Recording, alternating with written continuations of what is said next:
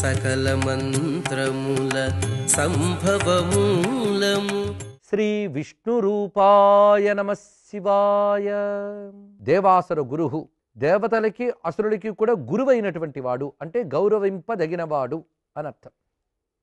ఇక్కడ దేవతలు అసురులు కూడా పరమాత్మనే తమ గురువుగా భావించి ఆయన చెప్పినటువంటి ఎరుకలో వెళ్ళాలని ప్రయత్నిస్తూ ఉంటారు. వారికి కూడా మార్గనిర్దేశకుడు ఇతడు అని.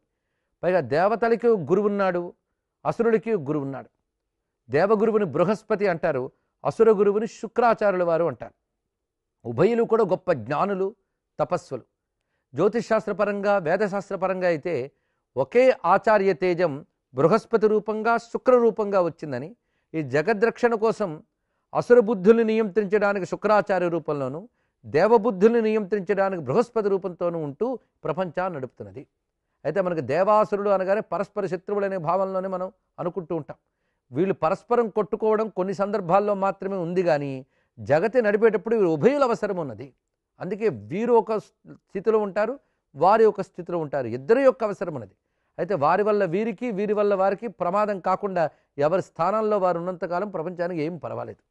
ఒకరి స్థానం కోసం ఒకరు ప్రయత్నించినప్పుడు వచ్చే కొట్లాట వల్లే జగతి యొక్క క్షేమం దెబ్బతింటుంది. కనుక ఉభయుల్ని ఆయా స్థానములను నియంత్రించేటువంటి గురుస్థానం ఈశ్వర స్వరూపమే. అందుకు బృహస్పతి శుక్రాచార్య రూపములతో ఉండి దేవాసురుల చేత పూజింపబడుతున్నటువంటి వాడు అనే భావం ఈ నామంలో దాగి ఉన్నది. తర్వాత నామం దేవః. దేవః అంటే స్వయం ప్రకాశ స్వరూపుడు. ఇది ప్రధానమైన అర్థం. అంటే స్వయం చైతన్య స్వరూపుడు. ఆయన వల్ల చైతన్యాన్ని పొందుతోంది ప్రపంచం, కానీ ఆయనకి ఎవరూ చైతన్యం ఇవ్వక్కర్లేదు, ఆయనే చైతన్య స్వరూపుడు. అందుకే స్వయం చైతన్యమే ఇక్కడ స్వయం ప్రకాశకము అని అర్థం. అందుకే స్వయం ప్రకాశ స్వరూపుడు, చైతన్య ప్రదాత, చైతన్య స్వరూపుడు అనేది ప్రధానమైన అర్థం. అందుకే ఇక్కడ దేవః అన్నప్పుడు మహాదేవ శివ అని, మహాదేవుడని శివుడే దేవుడని చెప్పబడుతున్నాడు. ఇక తర్వాత నామం దేవాసుర నమస్కృత.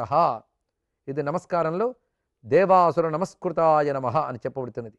మునుపు నామంలో దేవాయ నమః అని చెప్పుకుని ఇక్కడ దేవాసుర నమస్కృతాయ నమః అని. నమస్కృత అంటే నమస్కరింపుబడువాడు అని అర్థం. ఎవరి చేత నమస్కరింపబడుతున్నాడు అంటే దేవతల చేత, అసురుల చేత కూడా నమస్కరింపబడువాడు. ఇప్పుడు రాక్షసులు వచ్చి ఇంద్రుడికి నమస్కారం చేయి, దేవతలకు నమస్కారం చెప్పినా చెయ్యరు వాళ్ళు. ఎందుకంటే వాళ్ళకి ఇంద్రాదులు నమస్కరించరు, వాళ్ళ స్వభావం అది. అలాగే దేవతలు దేవతను నమస్కరిస్తారు, అసురులు అసురుల్ని నమస్కరించవచ్చేమో కానీ అసురులు దేవతని నమస్కరించరు, దేవతలు అసురుల్ని నమస్కరించరు. కానీ వాళ్ళిద్దరూ కూడా పరమేశ్వరుని మాత్రం నమస్కారం చేస్తారట. ఎందుకంటే ఆయన లేకపోతే బతుకులేదు వాళ్ళకి. అందుకే దేవాసుర నమస్కృత. తర్వాత నామం దేవాసుర మహామాత్ర. 940 నామం ఇది. ఇది దేవాసుర మహామాత్రాయ నమః అని నమస్కారంలో చెప్తారు. ఇక్కడ మహామాత్ర అనే శబ్దానికి గొప్పగా నియంత్రించువాడు అనొక అర్థము, గొప్పవాడని మరొక అర్థము ఉన్నది. దేవాసురులను గొప్పగా నియంత్రించువాడు అని. ఇప్పుడు దేవతలు అసురులను నమస్కరిస్తున్నారు, వాళ్ళు నియంత్రిస్తాడు కూడా ఇతను. ఉదాహరణకు అసురులు నమస్కరించారు, వాళ్ళు కోరిన వరాలు ఇచ్చాడు. వరాలు ఇచ్చారని వారు పెచ్చు పెరిగి ప్రవర్తిస్తే ఊరుకోడు, మరో రూపంలో వాళ్ళు నియంత్రిస్తాడు ఆయన. అందుకే రామరావణులు ఉభయులు శివభక్తులే. అయితే రావణుడికి వరం ఇచ్చాడు, కానీ రాముడికి వరం ఇచ్చాడు. రాముడి చేతిలో రావణుడు మరణించేటట్లుగా రావణుడికి వరం ఇచ్చాడు. ఎందుకంటే ఆ రాముడు శివునికి వేరు కాని విష్ణు స్వరూపం. విష్ణువు చేతిలో రావణుడు మరణించడం అనేది శివుని యొక్క అనుగ్రహమే. ఈ విధంగా ఆయన్ని అనుగ్రహించాడు, రాముణ్ణి అనుగ్రహించాడు. ఇలా మనం పరిశీలించినప్పుడు పరమాత్మ రాక్షసులు వరమిస్తున్నాడు అంటే ఒక రూపంతో వరమిచ్చినా మరో రూపంతో వాళ్ళ హద్దు మీరు ప్రవర్తిస్తే శిక్షిస్తాడు కూడా. వాళ్ళు చక్కగా ఇచ్చిన దాన్ని సద్వినియోగం చేసుకుంటే మంచిదే. అందుకు వరం ఇవ్వడం భగవంతుడి తప్పు కాదు, వరాన్ని దుర్వినియోగం చేసుకోవడం రాక్షస బుద్ధి.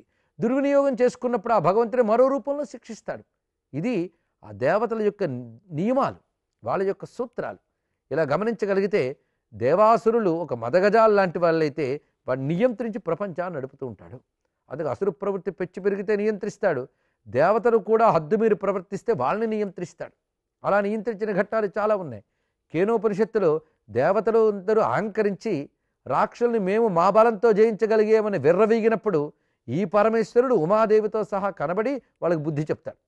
అలాగే బ్రహ్మాదులు తమకంటే గొప్పవారు లేరు అని భావించినప్పుడు ఈయన వాళ్ళని నియంత్రించాడు. మరి దక్షయజ్ఞ ఘట్టంలో దేవతలను కూడా నియంత్రించాడు. అందుకే దేవాసురులను నియంత్రించే సర్వశ్రేష్ఠుడు, దేవతల కంటే అసురుల కంటే శ్రేష్ఠుడు. దేవతల్లో ఒకడై వారి చేత పూజింపబడ్డం కాదు, దేవతల కంటే అధికుడై పూజింపబడుతున్నాడు. అందుకే దేవాధికుడు అతడు, దేవదేవుడు అతడు. అందుకే దేవాసుర మహామాత్రుడు అని చెప్పబడుతున్నారు.